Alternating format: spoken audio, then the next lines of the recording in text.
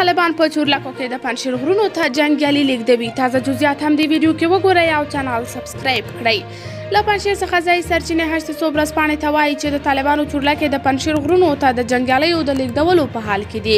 سرچینې زیاتوي چې طالبانو پنجشنبه د غویي پر 9 خپل یو شمېر جنګیالي د پنجشیر له ورزشي لوبغالي څخه ابدري او فرج غرونو ته لیږدول او دغه بهیر دوام لري. خبرونه ښیي چې په تاوخ کلي کې د طالب جنګیالیو شمېر د هغه ځای له اوسیدونکو سره سم دی او په هر جومات کې کابو 50 طالبان ځای پر ځای شوي دي. پنجشیر کې په یوه بله پیښه کې د طالبانو یوه جنګیالي په ټانک کې د برېښنا 2 ستنې نسکورې کړې. دغه ټانک له دواب کلي څخه د ولایت مرکز ته روان و چې په استانه سیمه کې د برېښنا 2 ستنې نسکورې او څو نورې ستنې یې هم تخریب کړې. اوس په استانه، سنګانه، اورو او بهارک کلیو کې دولتي برېښنا پرې شوې او طالبانو تر اوسه د ستنو بیا درولو ته پاملرنه نه ده کړې. قدرمنو لیدونکو، تاسو د دې موضوع په هکله څه نظر لرئ؟ کمنټ کې شریک او چینل سبسکرایب کړئ.